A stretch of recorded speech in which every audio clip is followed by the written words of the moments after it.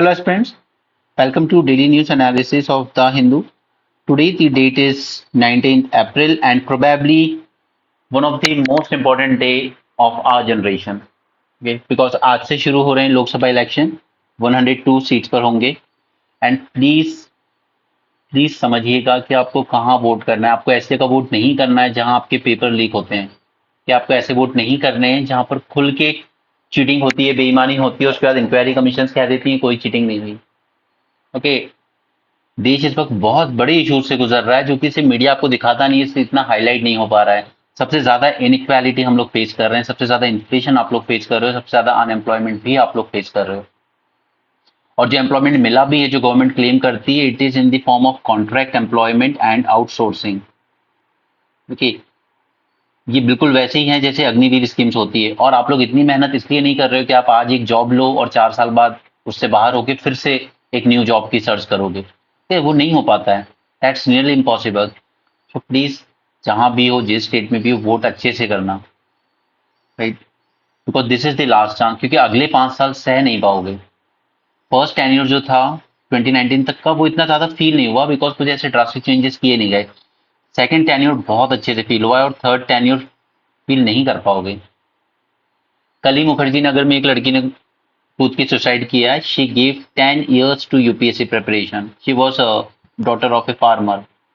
कल मुखर्जी नगर में इसने सुसाइड किया अपने हॉस्टल से जंप करके। So things are not that easy. 23 का सीसैट हम सब ने देखा, क्या खिलवाड़ किया गया। I am from NIT. Okay, मैंने इतने साल में कभी सीसैट को टच भी नहीं किया because I was always sure कि हाँ, हम कर लेंगे। जिस लेवल का सीसैट पूछा जाता है जी यूपीएससी में, वो हो जाता था हैंडल हर साल। बट लास्ट ईयर, कल मार्क्स आज ही मार्कशीट आई है, I got 61 in CSAT and 85 in GS. Okay, so that was cleared, but this was not. Okay, this is despite being from NIT. तो मैं बाकी ह्यूमैनिटीज के बच्चों की तो बात ही नहीं कर रहा हूँ, खैर। Okay, so it's not about me, but जैसा कि दिव्य कीर्ति सर ने खुद कहा कि उनके खुद के स्टूडेंट्स में कई ऐसे हैं जो आईआईटी से हैं, जो ऑलरेडी सर्विस में सिलेक्टेड थे, बट वो रह गए प्रीलिम्स में। इवन रैंक बनने का कि मेरा तो स्कोर कुछ 96 के आसपास जा रहा था। अब उनकी मार्कशीट देख के पता चलेगा उनका प्रीलिम्स में क्या स्कोर था। खैर वो मैटर नहीं करता, सिलेक्टेड नाउ। ओके, तो गलत हुआ है आप लोगों के साथ, इस साल भी हुआ है। 2020 के बाद जो कोविड के अटेम्प्ट थे 3, उसमें भी गलत हुआ था। UPSC is not a exam जहां पे आप इस तरह के फैक्ट्स चेक करोगे कि फलाना स्पीशीज नॉक्टर्नल है या फलाना स्पीशीज ये डांस करता है, वो डांस करता है। This is not demand of UPSC. जैसे आप 2018 से पहले के पेपर्स देखेंगे ना, नॉलेज बेस्ड क्वेश्चन आते थे, you need to apply your knowledge. But 2018 के बाद से फैक्ट बेस्ड क्वेश्चन आ गए, और कुछ इस तरह का हो रहा है जहां पे कि काफी सारे जेन्युइन एस्पिरेंट्स जो मेंस के लिए तैयार होते हैं, जो ऑप्शनल जिनका तैयार होता है, वो जीएस में ही रह जा रहे हैं। या तो जीएस सबसे ज्यादा फैक्चुअल कर दिया गया है, या सी सेट का इंपॉर्टेंस बहुत ज्यादा बढ़ा दिया गया है। ऐसे कई बच्चे हैं, हजारों बच्चे हैं जिनका जीएस में स्कोर कट ऑफ से काफी ऊपर है, 10 मार्क्स 15 मार्क्स ऊपर है, बट वो सी सेट नहीं क्लियर है। ठीक? तो इस तरह की चीजें आपको ना देखनी पड़े, इसलिए प्लीज अपने वोट जरा अच्छे से दीजिएगा। चलिए, नेस्ले का एक इशू आया है। ये फॉरेन कंपनी के साथ हमेशा की प्रॉब्लम है कि जो क्वालिटी ये लोग यूरोपियन कंट्री से मेंटेन करते हैं, वो इंडिया में नहीं करते हैं। क्योंकि नेस्ले जो बेबी फूड सेल कर रहा है, वो इंडिया में जो बेच रहा है उसमें शुगर कंटेंट हाई है, जबकि यूरोप में जो बेच रहा है उसमें शुगर कंटेंट काफी कम है। ठीक है, इस पे अभी हम आएंगे अंदर। It is impossible to tamper with EVM at any stage, ये कहना है इलेक्शन कमीशन का। यहाँ पर एक केस चल रहा है जो again association of democratic reform ने ही केस फाइल किया है कि यहाँ पर आपकी जो ईवीएम है, इनको टेम्पर किया जा सकता है, बट इलेक्शन कमीशन का स्टैंड यही है कि इनको टेम्पर नहीं किया जा सकता। ओके, तो जब तक ये चीज प्रूफ ना हो टेक्निकली, ये केस एज इट इज चलता रहेगा। यहाँ पर देखिए, ये एक मैसिव वॉल्केनो इरप्ट हुआ है, और ये याद रखिएगा इंडोनेशिया में है माउंट रुआंग। ठीक है, ऐसे 3-4 और वॉल्केनोस मैंने आपके साथ फिल्म रिवीजन सीरीज में कवर किए थे। Now see one more thing. Last year I scored 85, okay, and I didn't even touch this PT or any other coaching magazine. I solely relied on my newspaper only. Okay, तो exam को आप clear यहाँ से भी कर सकते हो। PT वाले ऐसे कई बच्चे हैं, शायद आप में से जो वीडियो देख रहे होंगे उनमें से भी कई ऐसे होंगे जो लास्ट ईयर अच्छे से पीटी पे रिलाई किए होंगे, कवर किया होगा, काफी सारे मॉक्स प्रिपेयर किए होंगे। बट यूपीएससी वही आपको कह रहा है कि मैं ये सब नहीं पूछ रहा हूँ।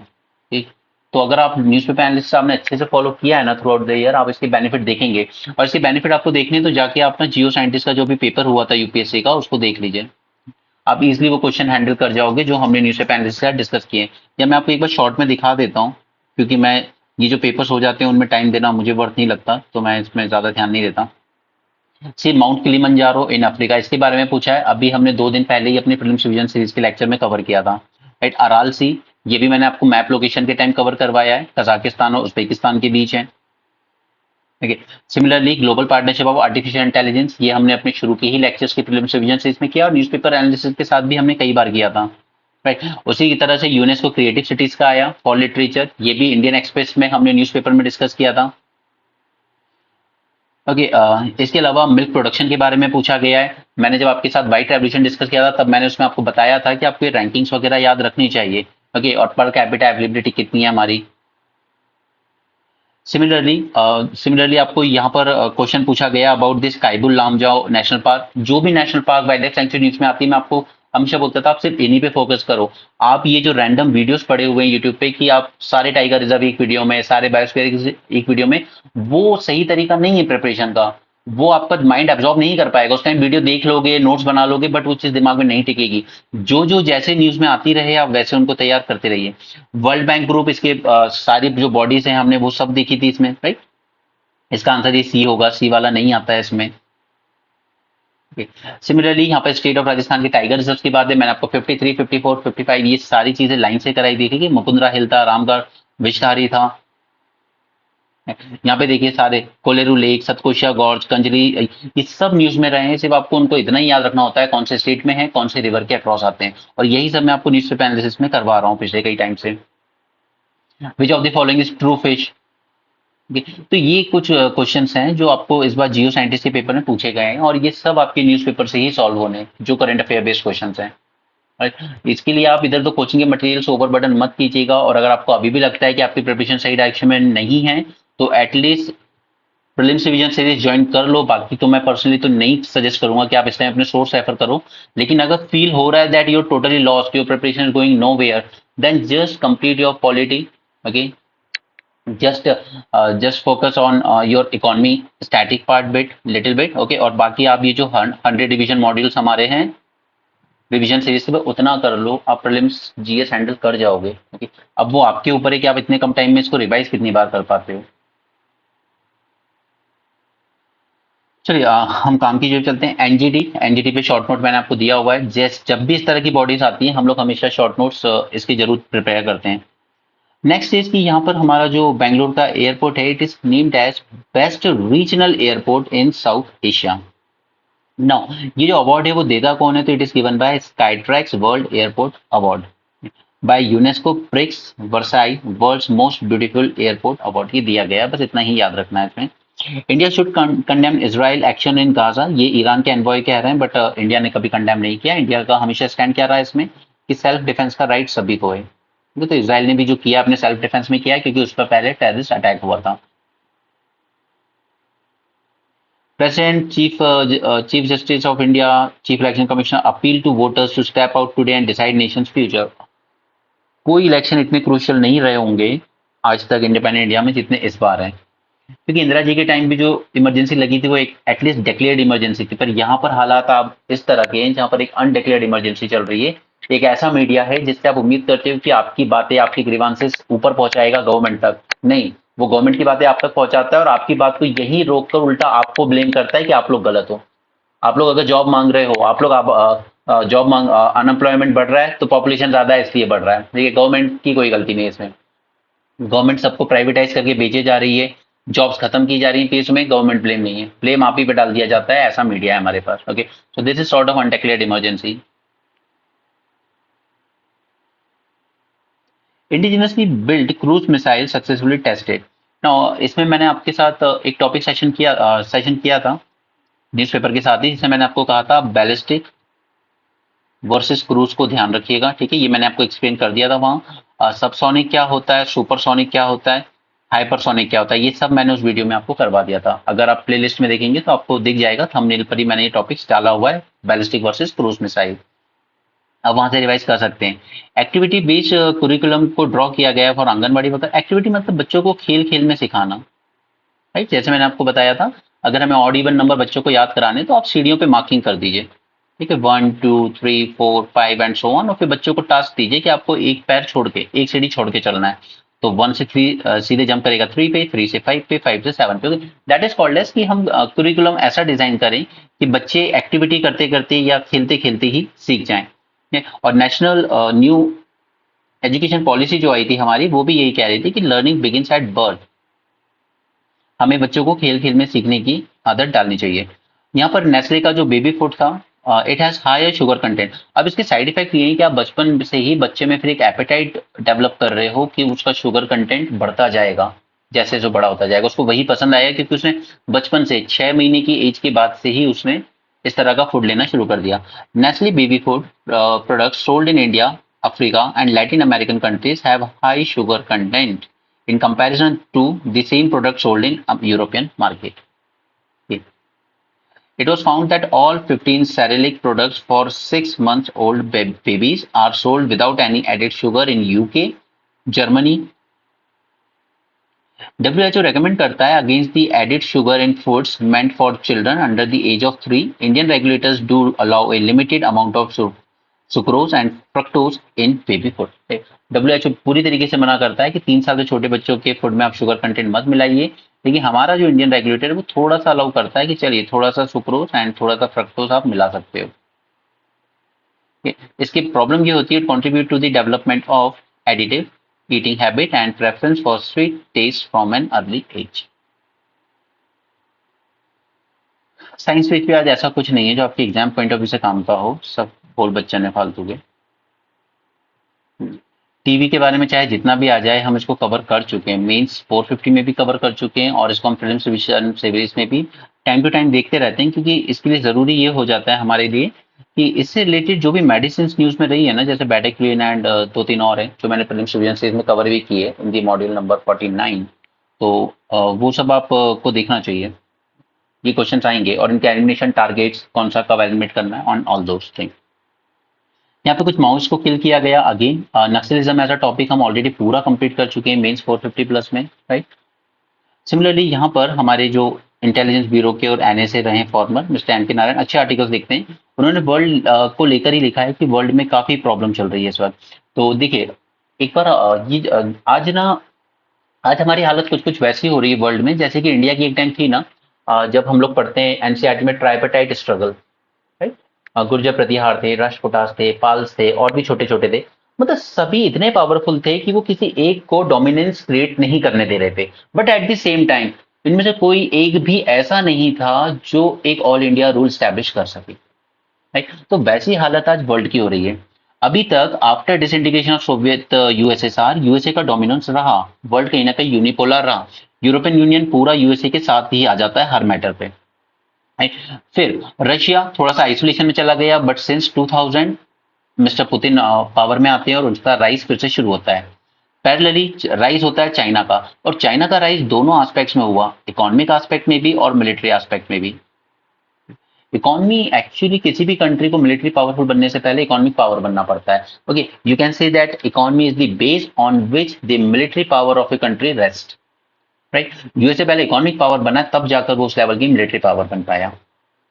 नाउ अब रशिया चाइना तो ठीक था अपनी जगह पे, ठीक। इन दोनों को ज्यादा करीब ना आ पाए, इसलिए यूएसए ने पहले क्या पॉलिसी फॉलो की, उसने पहले पॉलिसी फॉलो की थी कि मुझे चाइना के करीब जाना है। तो यूएसए ने पहले काफी टाइम तक ट्राई किया कि चाइना और यूएसए की फ्रेंडशिप ज्यादा जरूरी है, कहीं चाइना भी कम्युनिस्ट है रशिया भी कम्युनिस्ट है, तो कहीं चाइना रशिया की तरफ ना चला जाए ज्यादा, ठीक है। और रशिया वैसे थोड़ा सा इंडिया के करीब आ गया था 1971 में, जब उसने पाकिस्तान के अगेंस्ट इंडिया को मदद किया था 1971 वॉर में, राइट।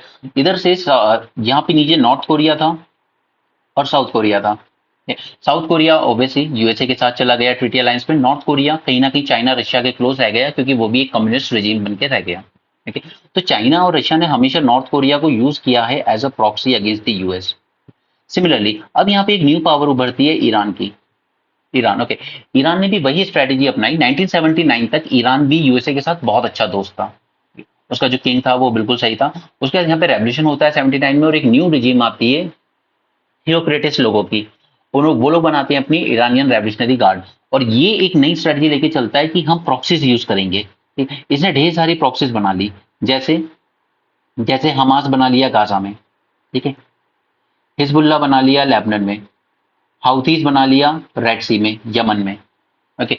अब हुआ क्या दैट यूएसए ने इस रशिया को और ज्यादा आइसोलेट करने के लिए यूरोपियन यूनियन में नाटो का एक्सपेंशन ईस्टवर्ड करना शुरू कर दिया और रशिया को यहाँ से प्रॉब्लम होने लगी। फिर उसने जॉर्जिया इन्वेड करा 2008-9 में और अब यूक्रेन इन्वेड करा।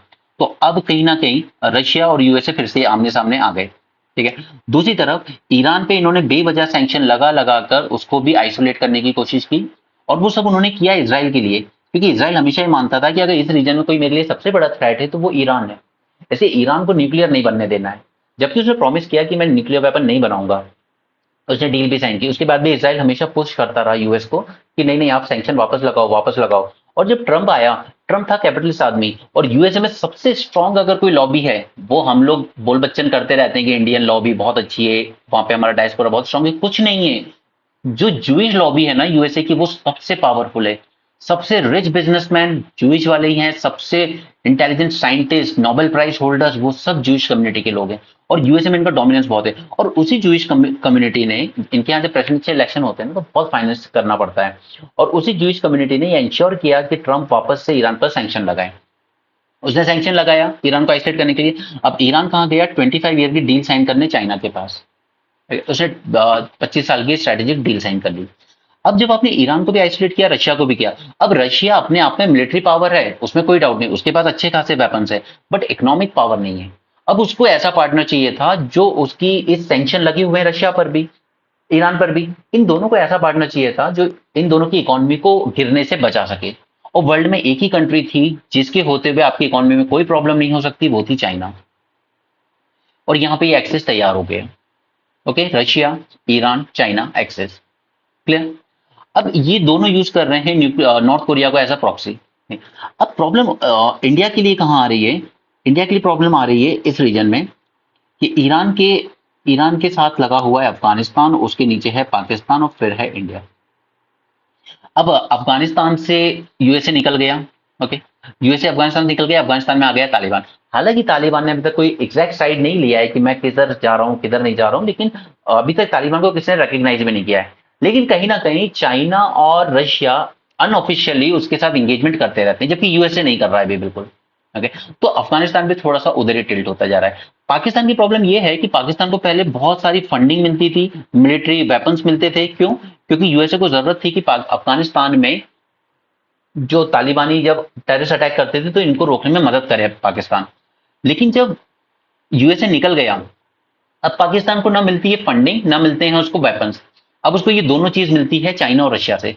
तो ये दोनों कंट्री भी धीरे धीरे टिल्ट होती जा रही है चाइना की तरफ, Pakistan Afghanistan. North Korea already इनके पास है। क्लियर। देन ईरान के ऊपर एक कंट्री आती है अजरबैजान।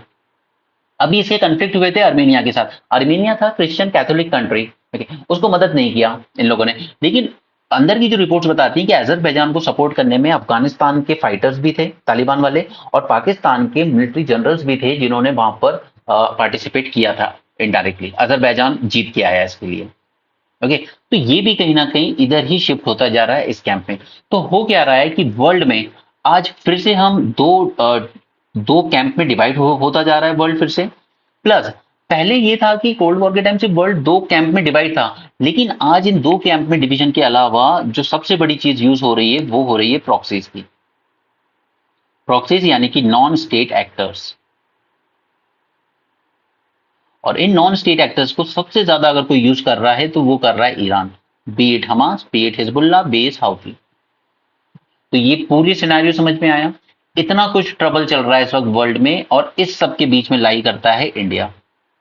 जैसे ये समझ नहीं आ रहा है कि इस चीज को आखिर बैलेंस करें तो करें कैसे। अब इसी में आप पूरा इसका बेल्ट एंड रोड इनिशिएटिव भी जोड़ सकते हो चाइना का। दूसरी तरफ आप चाइना की हमारे अगेंस्ट जो स्ट्रिंग ऑफ पर्ल्स थ्योरी है वो जोड़ सकते हो। ठीक है, तो पोर्ट बनाया जा रहा है म्यांमार में, पाकिस्तान में, श्रीलंका में, मॉलडीव्स में। राइट, तो इस सबको अगर आप जोड़ोगे तो तब आप एनालाइज कर सकते हो कि इंडिया के लिए प्रॉब्लम बहुत ज्यादा है। नेपाल हमारी ये सुन नहीं रहा है, वो कह रहा है कि काला पानी लिम्पीतुरिया एरिया मेरा है। मॉलडीव्स हमारे आर्मी पर्सन को बाहर निकाल रहा है कि आप बिल्कुल मत आइए। चाइना, सॉरी, श्रीलंका थोड़ा सा क्लोज आया था लेकिन उसके बाद भी उसने कहा मैं मॉरिटोरियम लगा रहा हूँ, ना मैं आपकी शिप आने दूंगा ना चाइना के आने दूंगा। राइट, म्यांमार पूरा ट्रबल में है इस वक्त, और वहां की जो एथनिक वायलेंस चल रहा है उसमें वो जो अलग अलग रीजन में अलग अलग आर्मीज है इनकी एथनिक, वो चाइना का ज्यादा सपोर्ट कर रही है और इंडिया के प्रोजेक्ट्स को डिरेल कर रही है। तो ये कंडीशन है वर्ल्ड की। बट सच्चाई ये है कि वर्ल्ड में अब चाहे आप जेलेंस्की को ले लीजिए, ठीक है, यूक्रेन वाला, या नेतन्याहू को ले लीजिए इसराइल, या आप मिस्टर पुतिन को ले लीजिए, इन तीनों में से कोई भी सॉल्यूशन चाहता नहीं है। कि जो चल रहा है चल रहा है, कोई सॉल्यूशन के मूड में नहीं है। तो आज हमारे पास वैसे लीडर्स नहीं है वर्ल्ड लेवल पर जो ये देख सकें कि ये वर्ल्ड बहुत गलत जगह जा रहा है, इसको कहीं ना कहीं इस डायरेक्शन चेंज करने की जरूरत है। इस तरीके से अगर ये चलेगा, क्योंकि देखिए वॉर स्टार्ट करना हमेशा आसान होता है, लेकिन उससे एग्जिट करना मुश्किल होता है। एग्जिट करना मुश्किल क्यों होता है? क्योंकि कोई भी कंट्री ये नहीं दिखाना चाहती कि देखिए हम हार गए या हम जीत गए। एवरीवन वांट टू शो कि हम हमें नहीं हरा पाया। बट अगर आप पहले पीस प्रोसेस की वकालत करते हो तो फिर ये सिग्नल जाता है कि नहीं। आप जैसे 1965 में जब हमारी वॉर हुई थी पाकिस्तान के साथ, तो पाकिस्तान इंडिया दोनों क्लेम करते हैं कि 1965 में कि हम जीते हम जीते। वो भी कहते हैं कि वो जीते, हम कहते हैं हम जीते। यूएसएसआर ने बुलाया था ताशकेंट में, वहां पे बुलाकर सीज फायर साइन करवाया, डील साइन की, जहां पे शास्त्री जी की डेथ हुई। और फिर दोनों कंट्रीज ने क्लेम किया कि हमारे पास अपर हैंड था वॉर में, वो कहते हैं हमारे पास अपर हैंड था। राइट। तो ये पूरा वर्ल्ड ओवर ये सिनेरियो चल रहा है। आई होप आपको समझ में आया हो। Now reckless leaders like Zelensky, Netanyahu, neither the desire nor the understanding to try and end the conflict they are involved in. Even Putin shows equal disregard for eventual outcome of the war. An unexpected fallout of this has been Iran's re-emergence as a key player in determining role of the dice in the affairs of the region. Okay. Rule based जो international order था, जो कि of course waste ने ही decide किया था, वो तो virtually dead है आज। ठीक है, कोई नहीं सुन रहा आजकल कि यूएसए ने कह दिया तो सब मान लो, या वेस्ट ने कह दिया तो मान लो। No, west seems to be weakened, rise of China, new alliance patterns emerge, जो मैंने आपको सारे समझाए alliances. None of them however possess sufficient have to sustain a peaceful global order. लेकिन ये इतनी सारी पावर में से एक भी पावर ऐसी नहीं है जो वर्ल्ड ओवर पीस मेंटेन करने की ताकत रखती हो। वैसी सिचुएशन है जैसे कि हमारे यहाँ मिडाइवल एज में थी एक time. Absence of leaders with a sober mind who command a degree of influence across nations and continents. The leaders clearly lack the qualities needed to sustain a peaceful international order. ऐसे कोई leader नहीं है world में। वो हमारे युग पुरुष कुछ भी बोलते रहते हैं, हमारा मीडिया दिखाता रहता है। वो कल परसों भी दिखा रहा था कि इसराइल ने मांगी भारत से मदद, ईरान ने मानी भारत की बात, और वो चलता रहता है हमारे मीडिया में। वो पागल हो चुका है। ओके, बट सच ये है कि वर्ल्ड में इस वक्त ऐसा कोई लीडर नहीं है जिसकी बातें सुनी जाए। एक टाइम था जब यूएसए कहता था कि आप नेहरू के ऊपर छोड़ दीजिए, वो कोरियन मैटर को अकेले हैंडल कर सकता है। ठीक है, कोरिया में जो नॉर्थ कोरिया साउथ कोरिया लड़ाई चल रही, एक ऐसा लीडर है जिसपे दुनिया भरोसा करती थी कि ये बंदा अनबायस्ड रहेगा, ये बंदा बिल्कुल बायस्ड होकर काम नहीं करेगा कि नॉर्थ का साइड ले लेगा या साउथ का, ये बिल्कुल सही तरीके से काम करेगा। और जब वहां पर सीज फायर हुआ ना, तब प्रेफर भेजी भी गई थी Indian peace keeping force. Indian forces पे भरोसा किया गया था उस टाइम। बट आज नेहरू के कैलिबर का लीडर नहीं है। चाहे मीडिया उन्हें कितना भी बदनाम कर ले, चाहे मोदी जी उन्हें कितना भी बदनाम कर लें, बट सच्चाई ये है कि आप, मैं मॉक इंटरव्यू भी जितने देखे मैंने बच्चों के, जब भी कहीं किसी मॉक इंटरव्यू उनसे पूछा गया अब अभी तक सबसे बेहतरीन प्रधानमंत्री किसे मानते हैं, हर बच्चे के मुंह जुबान पे नाम आया है नेहरू जी का। क्योंकि यूपीएससी में आप इतना पढ़ते हो, आप जानते हो कि कौन सा लीडर था जिसकी बनाई हुई चीजों का इम्पैक्ट हम आज भी फील करते हैं। ओके, सो ये मीडिया की बातों में मत आइए। इवन हमारा मीडिया इतना घटिया है कि एक बार आजादी की कोई तस्वीर दिखा रहे थे, तो वो जानबूझ के एंकर थी चित्रा त्रिपाठी। ओके, वो जानबूझ के नेहरू जी की फोटो के सामने आ रही थी। ठीक, उसने इंश्योर किया कि पूरी रिपोर्ट में नेहरू जी की जो फोटो है उसके आगे वो खड़ी रहे। ओके, आजू बाजू के सारे लीडर दिख रहे थे, बट जैसे नेहरू जी की पिक्चर जिधर उधर मूव कर रही थी, वो लेडी भी उधर उधर मूव की जा रही थी। उस लेवल की टुच्ची सोच है इनकी। Anyway, US and China using proxies to try and achieve their objective. Right? जैसे यूएस भी इन एक तरीके से आप कह सकते हो कि फिलीपींस है, यूएसए का प्रॉक्सी है, वियतनाम है, यूएसए का प्रॉक्सी है, चाइना ये नॉर्थ कोरिया को एज अ प्रॉक्सी यूज करता है, राइट, ये ईरान को एज अ प्रॉक्सी यूज कर रहा है अपने अपने ऑब्जेक्टिव अटेन करने के लिए। अफगानिस्तान 2020 तक था यूएसए का इंटरेस्ट उसमें, अब वो पूरी तरीके बाहर निकल गया। लेकिन जब अफगानिस्तान में तालिबान ने कैप्चर किया ना और यूएस ने विड्रॉ किया, तो कहीं ना कहीं इसकी जो इमेज थी सुपर पावर की यूएसए की, वो थोड़ी सी नीचे चली गई है। यूरोप जो कि अभी तक पूरी तरीके से नाटो पर ही डिपेंड हो रहा था, वो भी कहीं ना कहीं समझता है कि अगर रशिया का ऑफेंसिव और आगे बढ़ा तो शायद, अब वो ट्रंप के जिस तरह के स्टेटमेंट आते रहते हैं कि I will tell Russia to attack this if they don't pay me, तो नॉट यूएस यूरोप भी कहीं ना कहीं अब अपनी प्रोटेक्शन खुद इंश्योर करना चाहता है। चाइना में इकोनॉमिक डाउन टर्न चल रहा है थोड़ा सा। जी जिनपिंग ने काफी कोशिश की कि इकोनॉमिक ग्रोथ रेट ना गिरे, बट वो गिरती जा रही है। अब फाइनली वो लोग कोशिश कर रहे हैं कि अपनी ही डोमेस्टिक मार्केट पे फोकस किया जाए। उनकी भी पॉपुलेशन अच्छी खासी है और उनकी परचेसिंग पावर भी अच्छी है। तो उनकी कंट्रीज अभी तक उनकी कंपनीज ने जो बनाया था वो पूरा फोकस था उनका एक्सपोर्ट मार्केट पर। बट अब वो अपनी थोड़ी सी पॉलिसी चेंज कर रहे हैं, डोमेस्टिक मार्केट पर ज्यादा ध्यान दे रहे हैं। ओके, तो मिलिटरी इकोनॉमिकली दोनों तरीके से चाइना स्ट्रांग है, बट ऑब्वियसली यूएस के बराबर तो नहीं है अभी।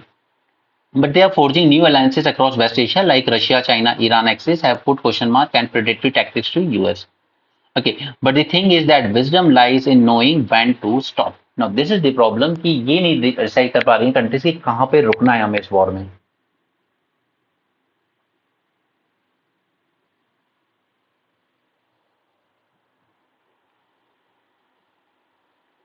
नाउ ये जो एक्सिस बन रहा है ना चाइना, रशिया, ईरान का, ये ज्यादा डेंजरस है।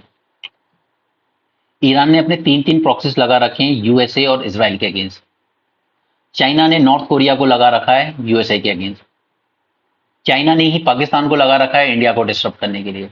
और ये चाइना ही होगा जो अफगानिस्तान में बैठे हुए तालिबान को भी कभी ना कभी यूज करेगा किसी कंट्री को डिस्टर्ब करने के लिए। ओके, अब इन सब लड़ाई में हो क्या रहा है, सबसे बड़ा इशू आ रहा है ऑयल प्राइसेस का।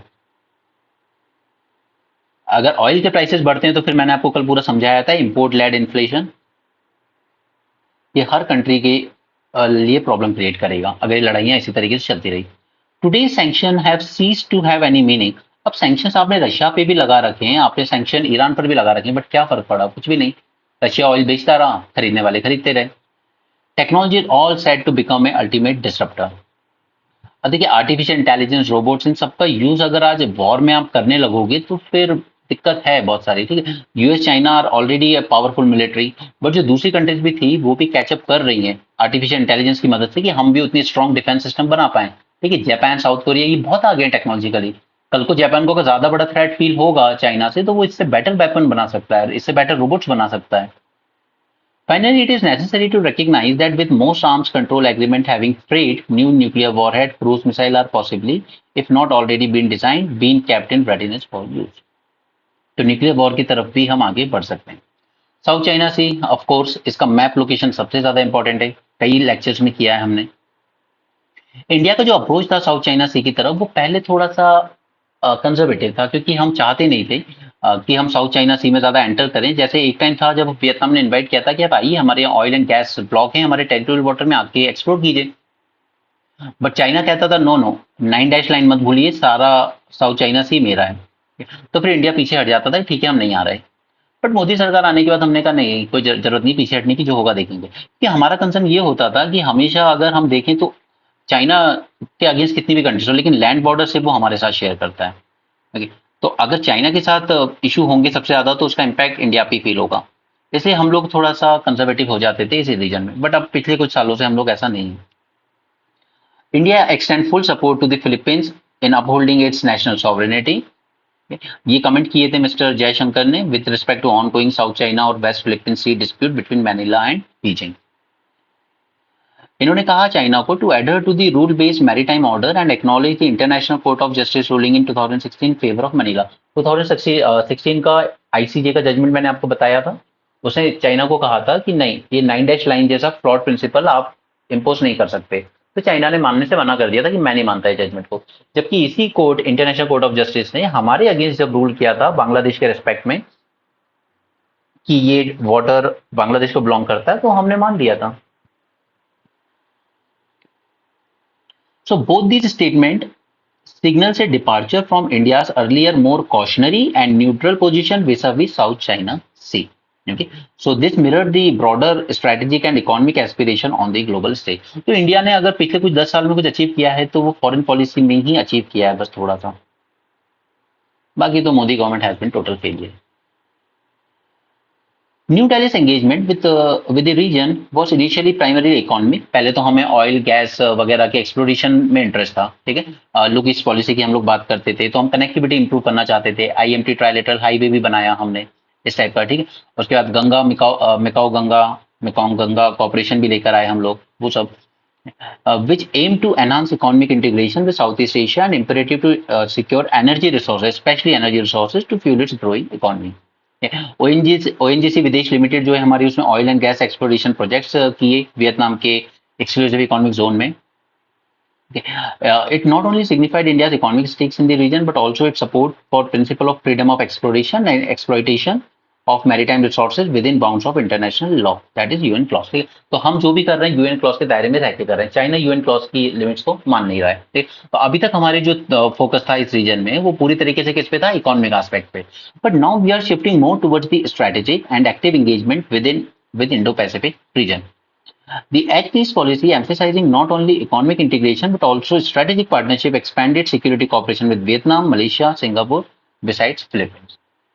Okay, और हम लोगों ने ब्रह्मोस मिसाइल भी सेल की है इनको, एंड सिमिलरली हम लोग तेजस भी बहुत जल्द सेल करेंगे इनको. गलवान वैली इंसिडेंट जो हुआ था, ठीक है, तो वो सब उसने बताया ही था कि चाइना के साथ क्यों हमारे डिस्प्यूट्स, मतलब कहीं भी कुछ होता है तो फिर सबसे ज्यादा भारी इंडिया को ही पड़ेगा, क्योंकि हम ही हैं जो लैंड बॉर्डर शेयर कर रहे हैं इसके साथ. India strategic engagement including regular naval exercise and strengthening military cooperation with South East Asian nations serve dual purpose. First, they underscore India's commitment to regional security. ठीक है, जो हम लोग नेट सिक्योरिटी प्रोवाइडर बनना चाहते हैं इंडियन ओशन रीजन में. And second, it act as a counter to China's unlawful assertion. ASEAN factor. The dispute in the South China Sea, primarily involving China and several ASEAN countries, have implications for freedom of navigation and overflight, principles that are vital for not only India's trade and energy transportation route, but also for countries across the globe. क्या extra territorial जो killings होती है, जैसे इनको जो मारा गया था पन्नून को, फिर कनाडा ने एलिगेशन लगाया, सिमिलरली यूएसए ने भी कहा कि इंडिया ने मारने की कोशिश, तो क्या ये करना सही है? ठीक है, is it government justified in doing this? ठीक है, जस्टिफाइड है या नहीं वो अलग बात है, हमें सिर्फ ये जानना है कि किस केस में हम कर सकते हैं, किस केस में नहीं. तो बस यहाँ पे से ये बात उठाइए. First, there is no clear legal definition in international law of targeted killings. ठीक, ऐसी कोई डेफिनेशन है नहीं कि इस तरह के लोगों को आप किल कर सकते हो. बट कन्वेंशनली आपको 3 फैक्टर कंसिडर करने चाहिए ऐसे केस में. First, whether the individual is internationally designated as a terrorist by UNSC designation list. अब एग्जांपल लीजिए ओसामा बिन लादेन का, वो यूएनएससी डेजिग्नेटेड टेररिस्ट था, इसलिए अमेरिका ने उसको पाकिस्तान में घुस के मारा. अब पाकिस्तान ये क्लेम नहीं कर सकता कि अमेरिका ने हमारी टेरिटरी पे आके एक आदमी को मारा, जैसा कि कनाडा क्लेम कर रहा है इस केस में. ठीक है, तो क्या फैक्टर था अमेरिका के फेवर में यहाँ पर? फर्स्ट वाला, that the individual is internationally designated as a terrorist. Okay, first condition. Second, whether it is difficult to get hold of this person, get them extradited or bring them to face judicial proceeding. Second, ये देखा जाता है क्या इस इंसान को वहां पे अरेस्ट करवाया जा सकता है वहां की गवर्नमेंट से, और फिर इसको वहां से भारत लाया जा सकता है या नहीं. ठीक है, तो क्या पन्नून को इंडियन गवर्नमेंट एविडेंसेस देकर क्या कैनेडियन गवर्नमेंट को कह सकती थी कि आप इस आदमी को अरेस्ट कीजिए और फिर इंडिया भेज दीजिए इन्वेस्टिगेशन के लिए, क्योंकि ये खालिस्तानी एलिमेंट है, ये भारत की सॉवरेनिटी पे अटैक करने की बात करता है. क्या क्या इंडिया ये कर सकता था? ठीक, अब ओबामा के उसके ओसामा के केस में तो ऐसा नहीं हो सकता था कि अमेरिका कहता पाकिस्तान को, उसने तो छुपा के ही रखा था कि आप इसको अरेस्ट करके वहां भेजिए. ठीक, तो सेकंड कंडीशन ये हमें चेक करनी होती है. Third condition, whether it is felt that a person continues to remain engage in terrorist activity. तीसरा ये, क्या ये आदमी अभी भी टेररिस्ट एक्टिविटीज में इन्वॉल्व था या नहीं था. तो ये 3 फैक्टर कंसिडर करके ये डिसाइड किया जाता है कि क्या ये टारगेटेड किलिंग की जा सकती है या नहीं की जा सकती. ओके, देखिए यहाँ पे the US killing of bin Laden would probably fall into that category of targeted killing because he ticked all the boxes. Okay, but कहीं ना कहीं पन्नू वाला जो केस है वो शायद सेकंड कैटेगरी में हम फेल हो जाएंगे, क्योंकि अगर हमारे पास ऐसे एविडेंसेस थे कि ये टेररिस्ट है तो हम उसको अरेस्ट करवा सकते थे वहां पर और फिर उसको एक्सट्रेडिट किया जा सकता था इंडिया में. ओके, तो कहीं ना कहीं ये केस उतना स्ट्रांग नहीं बनता जितना ओसामा बिन लादेन का केस था. तो ये 3 कंडीशन आपको बस पता होनी चाहिए. प्राइवेट इन्वेस्टमेंट क्यों ड्रॉप हो रही है? सी, अब इसके लिए अगर आपने मेरा वो वीडियो देखा होगा जिसमें मैंने आपके साथ जीडीपी कैलकुलेशन की बातें की थी. ठीक है, फर्स्ट क्या होता है? कंजम्पशन. दूसरा होता है इन्वेस्टमेंट, तीसरा होता है गवर्नमेंट एक्सपेंडिचर, फिर होता है आपका एक्सपोर्ट माइनस इम्पोर्ट. राइट, ऐसे कैलकुलेट करते थे हम लोग जीडीपी को. नाउ सी, इन्वेस्टमेंट इन्वेस्टमेंट कौन करेगा? इन्वेस्टमेंट दोनों तरफ से आएगी, प्राइवेट भी इन्वेस्ट करेंगे और पब्लिक भी, यानी कि गवर्नमेंट भी इन्वेस्ट करेगी। ये दोनों तरफ से इन्वेस्टमेंट आता है। बट द थिंग इज कि एक बात बताइए, आप प्राइवेट हो, ठीक है, आपकी कंपनी है, आप प्रोडक्शन किस केस में बढ़ाओगे? आप और ज्यादा इन्वेस्टमेंट कब करोगे कि चलो और पैसा लगाओ, प्रोडक्शन बढ़ाना है? कब बढ़ाओगे? अब तब बढ़ाओगे ना जब इंडियन इकोनॉमी में या मार्केट में कंजम्पशन इंक्रीज हो रहा होगा। वैसे पता है ना, नीचे अगर डिमांड आ रही होगी ज्यादा, सपोज आप एसी बना रहे हो, एसी की डिमांड बहुत ज्यादा आ रही है नीचे से, तो आप और ज्यादा इन्वेस्ट करोगे अपनी कंपनी में कि चलिए प्रोडक्शन बढ़ाते हैं, राइट? प्राइवेट इन्वेस्टमेंट बढ़ने के लिए सबसे जरूरी चीज क्या है? अगर हम ये प्राइवेट इन्वेस्टमेंट बढ़ाना है तो हमारे लिए सबसे जरूरी क्या हो जाता है कि पहले तो मार्केट में कंजम्पशन बढ़े, right? This is one thing. Okay, but अब दिक्कत ये है कि ये कंजम्पशन बढ़ाने के लिए पब्लिक में कंजम्पशन कब बढ़ेगा? जब उनके हाथ में पैसा होगा, ठीक? उतना मनी सप्लाई भी तो हो। बट गवर्नमेंट ने क्या किया है, एक तो हैवी टैक्सेस लगा दिए, बहुत हैवी टैक्सेस लगा रखे हैं। अगर मैं आपको पढ़ा रहा हूँ उस पर 18% जीएसटी लगता है, ठीक? आप पेन लेने जाइए, बुक लेने जाइए, 18% जीएसटी लगता है। आप हीरा लेने जाइए, आप डायमंड लेने जाइए, गोल्ड लेने जाइए, 3% जीएसटी लगेगा। इस तरीके की उलझुल पॉलिसीज चलती है हमारे यहाँ। एनीवे, तो एक तो हैवी टैक्सेशन बढ़ाने से क्या हुआ है कि पब्लिक के पास जो एक्स्ट्रा मनी बचता था उसकी सैलरी में से, वो बहुत रिड्यूस हो गया है, ठीक? उसके पास खुद की जो सेविंग्स थी बहुत कम हो गई है। वो जो बेसिक नीड है, पेट्रोल, डीजल, इलेक्ट्रिसिटी बिल के, वेजिटेबल, फ्रूट, उन्हीं में उसके ज्यादा एक्सपेंडिचर हो जा रहा है। तो ऐसी कोई ज्यादा डिमांड नीचे से आ नहीं रही है, इसलिए प्राइवेट भी अपना इन्वेस्टमेंट थोड़ा सा कम ही रख रहे हैं, है। दूसरी तरफ कि जब गवर्नमेंट कहती है कि मैं अपना इन्वेस्टमेंट बढ़ाऊंगा, ठीक है, पब्लिक इन्वेस्टमेंट यानी कि गवर्नमेंट का इन्वेस्टमेंट, गवर्नमेंट जब ये इन्वेस्टमेंट बढ़ाती है तो उसमें क्या होता है कि वो मार्केट से पैसे उठाती है, कैसे? बॉन्ड इशू करके। अब जब गवर्नमेंट ज्यादा पैसा ले जाएगी बॉन्ड इशू करके तो मार्केट में पैसा हो जाएगा कम, और जब मार्केट में कम हो जाएगा यानी कि क्या हो गया? क्राउडिंग आउट इफेक्ट हो गया, ठीक है, यानी कि प्राइवेट वालों के लिए पैसा ही कम बचा है लोन रेज करने के लिए। ये दूसरा फैक्टर हो जाता है। क्लियर? तो अगर ये समझ में आया है आपको, तो आपको ये भी समझ में आ जाएगा why private investment is dropping. Okay, investment को हम लोग कहते हैं क्या है? ग्रॉस फिक्स कैपिटल फॉर्मेशन, ठीक है, ये सब करंट प्राइसेस पे कैलकुलेट किया जाता है। Private investment has witnessed a decline since 2011-12, और जबकि गवर्नमेंट ने प्राइवेट इन्वेस्टमेंट को एनकरेज करने के लिए, कंपनीज को एनकरेज करने के लिए कि आप लोग प्रोडक्शन बढ़ाइए, गवर्नमेंट ने कॉर्पोरेट टैक्स कम कर दिए थे। Government sliced the corporate taxes from 30% to 22%, hoping that this move would encourage private investment. लेकिन इसके बाद भी इन्वेस्टमेंट नहीं आया, तो इसका क्या रीजन है? इसका रीजन ये है कि नीचे मार्केट में डिमांड नहीं है ज्यादा, क्योंकि लोगों के हाथों में पैसे ही नहीं है। क्योंकि आप जब इतनी इनइक्वालिटी बढ़ा दोगे कि 1% लोग 27% इनकम जनरेट कर रहे हैं और यही 1% लोग 40% वेल्थ कैप्चर करके बैठे हैं, तो ये जो इतने सुपर रिच लोग हैं वो तो इंडिया के प्रोडक्ट्स भी नहीं खरीदेंगे। आपको लगता है वो छोटी छोटी कंपनीज के प्रोडक्ट खरीदेगा? वो दुबई जाएगा, वो लंदन जाएगा, वो इंपोर्टेड गाड़ियां मंगाएगा। इनइक्वालिटी की वजह से हो रहा है। ये दो रीजन है सबसे बड़े।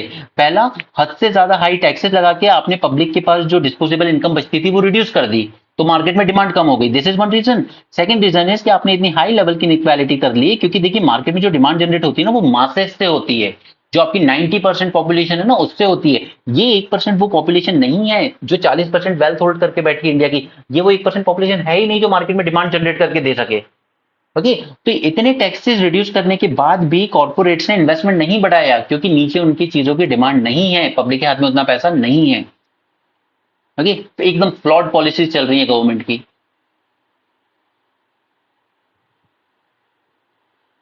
नो, पहली बात तो हम ये जो फिक्स कैपिटल एक्सपेंडिचर है, जो इन्वेस्टमेंट है, हम इन्वेस्टमेंट क्या किसको रहे हैं? इन्वेस्टमेंट इज लाइक कि आप नई बिल्डिंग्स बना रहे हो, आप नई मशीनरीज बना रहे हो, ठीक है, या आप ऐसे कुछ कैपिटल मशीनरीज ला रहे हो जो और प्रोडक्शन करेंगी।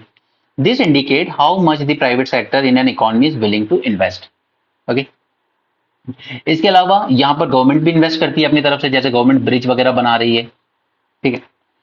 नाउ, ये इससे हमें ये पता चलता है कि it produce a greater amount of goods and services each year to boost economic growth and improve the living standard. It determines the overall output of the economy. जितना ज्यादा हाई इन्वेस्टमेंट रेट होगा India में, उतना ही ज्यादा हमारी economy का output आएगा। Okay, US possess more fix capital per capita than developing economy.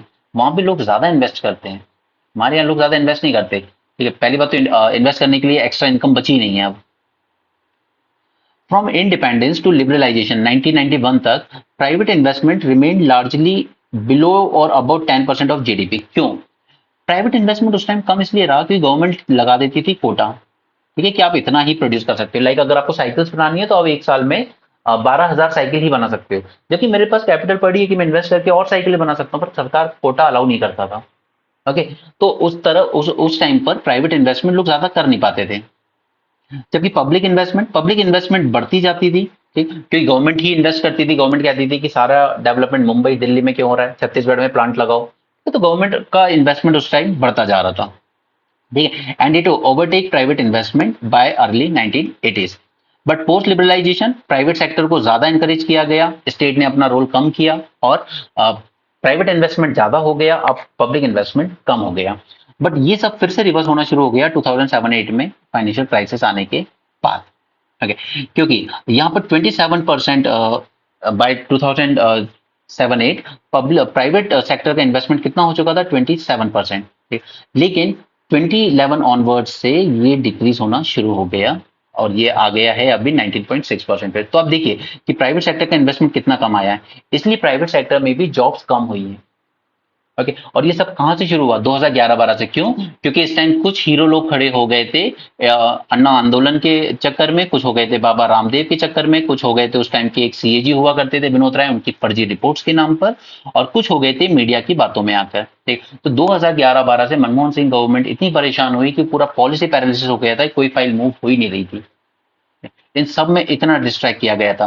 जबकि उन्होंने 2007-8 की फाइनेंशियल क्राइसिस आने के बाद भी ये इंश्योर किया था कि इन्वेस्टमेंट ज्यादा ड्रॉप ना हो, प्राइवेट सेक्टर भी जॉब क्रिएट करे। और जब प्राइवेट सेक्टर जॉब क्रिएट नहीं कर पाया था, तब वो 2013-14 तक जब तक वो थे, उन्होंने ये इंश्योर किया कि गवर्नमेंट वैकेंसीज ज्यादा निकालिए, ठीक है। 64,000 वैकेंसीज आती थी अकेले बैंकिंग सेक्टर में। यूपीएससी 1200-1300 वैकेंसी हर साल निकालता था, और यूपीएससी अदर जो उसके एग्जाम हुआ करते थे वो रेगुलरली कराता था। अब आपकी 5-5 6-6 साल में एक बार आती है, कहीं आईबी का एग्जाम, कहीं ईपीएफओ का exam and so on. Okay, तो इसलिए मैं हमेशा बोलता हूँ मनमोहन सिंह जैसा प्रधानमंत्री नहीं मिलेगा देश को दोबारा। और मूर्ख थे वो लोग जिन्होंने उनको हद से ज्यादा ट्रॉल किया था, ये सोचकर कि मोदी मसीहा बन के आएगा करप्शन के अगेंस्ट। देख लिया हमने इलेक्ट्रल बॉन्ड में। चलिए हाँ, तो अब इसका रीजन क्या है, ये इन्वेस्टमेंट कम क्यों हो रहा है प्राइवेट तरफ से? इसका रीजन है कि जो प्राइवेट कंजम्पशन है वो कम हो चुका है, ठीक है। वही जो मैंने आपको सी बताया ना, ये प्राइवेट कंजम्पशन जो है ये कम हो रहा है, तो फिर इंडस्ट्रीज अपना इन्वेस्ट करके किसके लिए प्रोडक्शन बढ़ाएं? जब नीचे डिमांड नहीं है तो प्रोडक्शन किसके लिए बढ़ाएंगे वो? Their reason is that strong consumption spending is required to give business the confidence that there will be a sufficient demand. But ये कंजम्पशन तो गवर्नमेंट ने खुद ही खत्म कर दिया ओवर टैक्सेस लगा के, और मोस्ट इंपॉर्टेंटली 30-30 लाख वैकेंसीज रोक के। ना वो वैकेंसीज फिल हुई, ना लोगों के हाथों में पैसा गया, ना उनकी फैमिली में एक डिमांड क्रिएट हुई, कुछ नहीं हुआ। ये ये ये रीजन है, अनएम्प्लॉयमेंट इज अ रीजन कि ये जो कंजम्पशन है, जो प्राइवेट कंजम्पशन, ये डिक्रीज हुआ है। जब लोगों के हाथों में जॉब नहीं है, पैसा नहीं है, तो कहां से कंजम्पशन आएगा, कहां से डिमांड आएगी? और जब डिमांड नहीं आ रही तो प्राइवेट कंपनीज किसके लिए प्रोड्यूस करेंगी? नहीं करेंगी किसी के लिए प्रोड्यूस। फिर वो बस लग्जरी प्रोडक्ट्स ही बनाएंगी, हाई फाई 40 लाख के पर्स और 6 लाख का नेकलेस और 6 लाख की जूतियां, वो उसने पहनी थी अभी तेजस्वी यादव की वाइफ ने। Hence, these economists have advised that government should put more money into the hands of people to boost consumption expenditure and thus help kickstart private investment.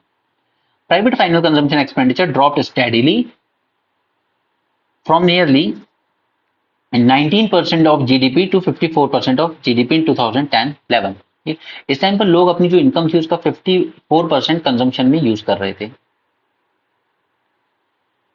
Since 2011-12, private consumption has risen while the private investment has witnessed a worrying fall as a percentage of GDP.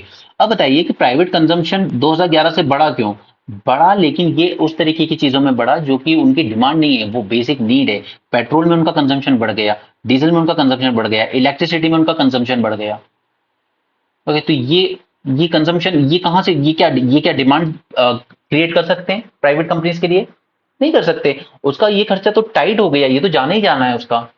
इनमें से जब उसका ये खर्चा ऐसा कम था, जब 95 rupees का पेट्रोल 55 का था, तब ये पैसा जो बचता था उससे वो सोचता था कि चलो कुछ नई चीजें घर के लिए ले लेता हूँ, ठीक है, कुछ घर बना लेता हूँ, कहीं कुछ इन्वेस्ट कर लेता हूँ, एक फ्लोर वाला एक्स्ट्रा बना लेता हूँ। तो सीमेंट, स्टील, इन सब की डिमांड जनरेट हो जाती थी, राइट। तो 2011 से गवर्नमेंट अगर ये कहे भी कि प्राइवेट कंजम्पशन तो बढ़ा है बट प्राइवेट वाले इन्वेस्ट नहीं कर रहे हैं, तो आपने जो प्राइवेट कंजम्पशन बढ़ाया है वो इस तरह का कंजम्पशन बढ़ाया है जिससे कि कोई डिमांड क्रिएट हो ही नहीं सकती। ये टाइट टाइप का कंजम्पशन है. Okay, so this is the inverse relationship between the consumption and investment because the money that is allocated towards saving and investment either by government or private business come at a cost of lower consumption expenditure. Now, other economists believe that structural problem may be likely the core reason, which is unfavorable government policy or policy uncertainty. अब government हर कभी ban कर देती है कि चलो export ban है rice का, wheat का, ओनियन का, तो जो इंसान आ भी रहा होगा कि मैं कोल्ड स्टोरेज में इन्वेस्ट करूं या मैं वेयर हाउसिंग में इन्वेस्ट करूं, वो किसके लिए इन्वेस्ट करेगा फिर? जब गवर्नमेंट की पॉलिसी ही ऐसी है कि आप आज बैन कर दो कल बैन कर दो, तो फिर मैं कोल्ड स्टोरेज क्यों बनाऊं? कोल्ड स्टोरेज इसलिए बनाऊंगा ना मैं कि मैं आज टोमेटो सस्ते खरीदूंगा किसान से, फिर मैं अपने कोल्ड स्टोरेज में रखूंगा उनको अच्छी फॉर्म में, और फिर जब डिमांड प्राइस बढ़ेंगे तब मैं सेल करूंगा. तो कोल्ड स्टोरेज में 2 करोड़ रुपए इन्वेस्ट करना पड़ता. बट अगर आप इस तरह की वो कर दोगे कि आप होर्डिंग नहीं कर सकते, आप रख नहीं सकते स्टॉक, तो फिर मैंने बनाया किसके लिए cold storage? Okay. So these policy uncertainty discourage the private investment. Slower economic growth as a large fixed capital base is crucial to boost economy, and the push by the government to increase government investment is also seen as negative क्योंकि crowd out कर जाता है effect को. Again, government investment compensate for lack of private investment, but the taxes imposed to raise money for public spending can have significant drag on the economy. This is the main reason.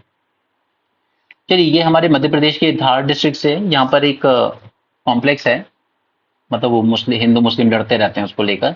वो कहते हैं कि पहले मंदिर था, वो कहते हैं नहीं नहीं ये तो मस्जिद ही है. 13th century Bhojshala Kamal Maula complex in Madhya Pradesh Dhar district site for scientific survey. ठीक है, यहाँ पे एएसआई इसका साइंटिफिक सर्वे कर रहा है. हिंदूज का कहना है कि ये बाग देवी का टेम्पल था, ये कहते हैं नहीं ये एक सूफी संत थे. कमाल मौला मस्जिद, कमाल मौला उनकी मस्जिद है. फिर काफी ज्यादा परेशान होने के बाद इन लोगों ने एक एग्रीमेंट साइन किया 2003 में कि हिंदू भी यहाँ पे पूजा कर सकता है ट्यूसडे को और मुस्लिम अपनी नमाज कर सकता है फ्राइडे को. तो चीजें ठीक ठीक चल रही थी यहाँ पे. ओके, बट अब यहाँ पर एक छोटा सा फैक्शन था, Hindu outfit, Hindu front for justice, इसने पेटिशन डाल दी हाई कोर्ट में कि ये जो था वो टेम्पल था जो 1034 में बना था, फिर बाद में उसको तोड़ के मॉस्क बनवा दिया अलाउद्दीन खिलजी ने 13th century में. और यहाँ पे हाई कोर्ट ने ऑर्डर भी दे दिया कि जाओ एएसआई को सर्वे करो. मौला कमालुद्दीन चिश्ती ये एक सूफी संत थे, who were disciple of Nizamuddin Auliya and he have said to migrated to Dhar in 1291. क्योंकि इनका ये कहना है कि जब यहाँ पर एक जनरल मेलकॉम थे ब्रिटिश, उन्होंने इसके फ्लोर पर उनको एक हिंदू इंस्क्रिप्शन मिला था indicating that mosque was built with pre use material. Whether the pre use material was of local place of worship और otherwise he did not investigate further. और वैसे भी अधिकतर जो मस्जिदें बनी है ना, मैं ये नहीं कह रहा हूँ कि मंदिरों को तोड़ के बनाई गई है, बट अधिकतर जो है ना वो आसपास की कहीं ना कहीं की बिल्डिंगों को तोड़कर ही मटेरियल यूज किया गया. ऐसा नहीं है कि यहाँ पे वो लोग इन्वेडर्स आए और फिर उन्होंने कुतुब मीनार बनाने के लिए पत्थर लेके आए होंगे कहीं से फ्रेश माउंटेन को तोड़ के. नो, वो नहीं किया उन्होंने. उन्होंने कुछ जो अलग अलग स्ट्रक्चर्स थे उन्हीं को तोड़ तोड़ कर वही मटेरियल उसमें यूज कर लिया. The local administration stated that the place was Kamal Molla Mosque and the existence of Bhojshala was a mystery. ठीक है, तो ये नाम याद रखिए, कई बार आ जाता है. भोजशाला कमाल मौला कॉम्प्लेक्स डिस्प्यूट में है तो कहाँ है? ये धार डिस्ट्रिक्ट मध्य प्रदेश में है. यहाँ पर आईएमएफ का कहना है कि इंडिया को अपना डेमोग्राफिक डिविडेंड अगर रीप करना है तो उसको मैसिव इन्वेस्टमेंट करने की जरूरत है, एजुकेशन, हेल्थ और इसके साथ साथ स्किल्स में भी. अगर इन तीन चीजों में इन्वेस्ट नहीं किया तो डिलीवरी बॉय बनाते रहना, जिप्पी, जूमो, मोटो और वॉट उन सब में टाइम वेस्ट करते रहना. डब्ल्यूटीओ में काफी सारे डिस्प्यूट चल रहे हैं इंडिया यूएसए में, जैसे सोलार पैनल्स को लेकर चला था कि इंडिया सिर्फ अपने यहाँ के सोलर पैनल्स ही अलाउ कर रहा है अपनी पॉलिसीज में. जवाहरलाल नेहरू मिशन लॉन्च किया था उस टाइम हमने. ठीक है, उसके अलावा इनके यहाँ से जो दूसरी चीज, इन लोगों ने हमारे स्टील एल्यूमिनियम पे ड्यूटीज लगाई, तो हमने इनके यहाँ से आने वाली बैरीज और अदर एग्रीकल्चर प्रोडक्ट्स पे ड्यूटीज लगा दी, टिट फॉर टैट. तो फिर यहाँ पे ये कह रही है यूएसटीआर जो रिप्रेजेंटेटिव है कि इंडिया के साथ हमने डब्ल्यूटीओ में जो डिस्प्यूट थे उनको सॉल्व कर दिया, इससे हमारे फार्मर्स को फायदा हुआ है. ओके, यहाँ से हमने एक्सेस दे दिया इनके चिकपीस, लेंटिल्स, आलमंड्स, फॉलनट्स, एप्पल्स को, तो उनके किसानों को फायदा हो रहा है. इन लोगों ने हमारे खिलाफ एक चैलेंज किया था, renewable energy subsidies for solar cells and modules and similar subsidies for solar cell modules by 8 US state governments. तो हमने भी इन पे केस किया था. और डब्ल्यूटीओ की जो एपिलेट बॉडी है वो अभी तक फंक्शन कर नहीं रही है क्योंकि यूएसए अपॉइंटमेंट को ब्लॉक करके बैठा है. ये सब यूरोप का है, आप छोड़िए, इसको हमारे काम नहीं आएगा एग्जाम में. ये कोरिलेशन है there is between the gold price and US dollar. Now understand this. See, जब भी वर्ल्ड में ग्लोबल लेवल पर ऑयल के प्राइसेस बढ़ते हैं, तो ऐसे टाइम पर अब ऑयल के प्राइसेस बढ़ रहे हैं, तो सोचिए कि यहाँ से आने वाला जो भी ऑयल होगा वो हमारे यहाँ महंगा आएगा, तो कहीं ना कहीं फिर हमारे यहाँ बनने वाली हर चीज महंगी होगी, इंपोर्ट लेड इन्फ्लेशन होगा, ठीक है, पेट्रोल डीजल महंगा हो जाएगा एंड सो ऑन, ठीक है, तो ट्रांसपोर्टेशन कॉस्ट सारी महंगी हो जाएगी।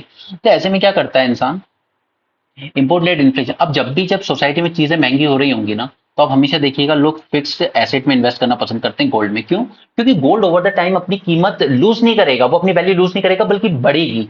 अगर आज आप 70,000 में गोल्ड खरीद रहे हो तो 10 साल बाद वो महंगा ही होगा, ठीक है। जबकि हो सकता है कि आपने कहीं किसी बॉन्ड वगैरह में इन्वेस्ट किया होता या बैंक में पैसा रखा होता, वो उतना नहीं बढ़ता, ठीक। आप फिक्स डिपॉजिट भी कर दोगे तो वो इंटरेस्ट आपको क्या देगा, 5%, 6%, ठीक है, वो उतना तेजी से आपको रिटर्न नहीं देगा जितना कि कल को आपको गोल्ड देगा। तो होता है क्या है कि वर्ल्ड ओवर में जब भी ऑयल के प्राइसेस बढ़ते हैं, हर कंट्री में बढ़ता है इंपोर्ट लेड इन्फ्लेशन, और जब जब सोसाइटी में इन्फ्लेशन बढ़ेगा लोग ज्यादा इन्वेस्ट करना पसंद करते हैं गोल्ड में, ठीक है। So there is a positive correlation between the oil prices and gold, okay. There is a direct relationship between global price of crude oil and international price of gold, ठीक है। Positive relation है, ये बात समझ में आ गई। इस तरह के एप्लीकेशन बेस्ड क्वेश्चन आएंगे और टफ कहलाएंगे वो फिर वहां पर, ठीक है, अप्लाई करना पड़ेगा। तो ये समझ में आया कि अगर ऑयल के प्राइसेस बढ़ रहे हैं तो हर कंट्री में इन्फ्लेशन बढ़ता है, और इन्फ्लेशन के टाइम पे लोग का फेवरेट जगह होती है जहां वो इन्वेस्ट करना चाहते हैं, वो है गोल्ड। क्लियर? देन नेक्स्ट, अब सोचिए कि जो जो डॉलर है आपका, ठीक, डॉलर है जो आपका वो हो रहा है स्ट्रेंथन, ओके। डॉलर स्ट्रेंथन हो रहा है, यानी कि हमारा जो रुपी है वो वीक हो रहा है, ओके। अब ऐसे में क्या होगा कि अगर आपका डॉलर स्ट्रांग हो रहा है, ठीक है, तो हमारा रुपये वीक हो रहा है, तो ऐसे में हम लोग जो गोल्ड इंपोर्ट कर रहे होंगे वो कहीं ना कहीं हमें थोड़ा सा पड़ेगा सस्ता, क्योंकि हमारा रुपी वीक हो रहा है। तो ऐसे में there will be a inverse relation between the US dollar and gold prices. अगर गोल्ड स्ट्रांग हो रहा है तो सॉरी, अगर डॉलर स्ट्रांग हो रहा है, डॉलर की वैल्यू स्ट्रांग हो रही है, तो गोल्ड के प्राइसेस थोड़े से सस्ते हो सकते हैं। Okay, so you can say that there is a negative correlation between, there is an inverse relation between external value of US dollar and international price of gold. The rise in the international crude oil prices, जो कि अभी इन दो war की वजह से हो रहा है, इसकी वजह से ग्लोबल इन्फ्लेशन बढ़ रहा है, लगभग हर कंट्री में बढ़ रहा है, and this has led to an increase in the demand of gold as a hedge against the inflation. Inflation से बचना है तो लोग गोल्ड में ही इन्वेस्ट करना शुरू कर देते हैं, क्योंकि वो कभी अपनी वैल्यू लूज नहीं करता है। सिमिलरली डॉलर, अगर डॉलर डेप्रिशिएट हो रहा है, क्योंकि इनवर्स रिलेशनशिप है, रिमेंबर इनवर्स रिलेशनशिप है, अगर डॉलर डेप्रिशिएट कर रहा है इसका मतलब है कि गोल्ड प्राइसेस और इसके जो गोल्ड प्राइसेस होंगे वो बढ़ जाएंगे। However, the gold price is also determined by the supply and demand factor। अब देखिए वर्ल्ड में इस वक्त जितनी भी गोल्ड माइंस है ना, लगभग आप सारे एक्सप्लॉइट कर चुके हो, कुछ बचा नहीं है, ठीक है। तो न्यू प्रोडक्शन करना की पॉसिबिलिटी ही कम है, और अगर आप न्यू प्रोडक्शन करने भी जाते हो गोल्ड का तो वो काफी एक्सपेंसिव होता है, एनर्जी के टर्म में भी और लेबर के टर्म में भी। तो अब अगेन उसमें भी आपको एनर्जी यूज करनी पड़ेगी, और वो एनर्जी कहाँ से आएगी, क्रूड ऑयल की प्राइसेस से ही, या नेचुरल गैस से आएगी वो चीज, ठीक है। तो अल्टीमेटली वो इनबिल्ट ही आएगी गोल्ड के प्राइसेस में। उसको एक्सप्लॉइट करने में, उसको माइनिंग करने में, प्रोसेसिंग करने में भी एनर्जी लग रही है, और उस एनर्जी के प्राइसेस बढ़ रहे हैं, तो गोल्ड के प्राइसेस भी अल्टीमेटली बढ़ ही जाते हैं। Then the demand for gold can be broken up into institutional investor, consumer and industrial demand. तो इंस्टीट्यूशनल इन्वेस्टर्स होते हैं जैसे सेंट्रल बैंक, जैसे हमारा आरबीआई, इन लोगों को भी काफी सारा गोल्ड अपने पास रखना पड़ता है, तो central bank demand for gold that drive its prices up to a record level each day. अब सभी कंट्री अपनी अपनी स्टेबिलिटी इंश्योर करने के लिए उनके जो सेंट्रल बैंक है वो गोल्ड और ज्यादा परचेज कर रहे हैं, तो ऐसे में क्या हो रहा है कि गोल्ड की डिमांड और ज्यादा बढ़ती जा रही है, ठीक है। तो ये जो दो पॉइंट है ना, पॉजिटिव रिलेशन, नेगेटिव कोरिलेशन, ये आपके एग्जाम के लिए इंपॉर्टेंट है। अगर पूछा जाएगा क्वेश्चन तो इन दो पे ही रिलेशन पूछा जाएगा, ये ध्यान रखिएगा। इंटरनेशनल पेज पे आज ऐसा कुछ इंपॉर्टेंट नहीं है हमारे लिए, ये ब्राजील का है, अगेन नॉट दैट इंपॉर्टेंट, हमारे यूपीएससी कम में नहीं है। सिमिलरली ओके, बाकी सब स्पोर्ट्स न्यूज है। So that's it for this session, thanks for joining, have a great day and keep learning.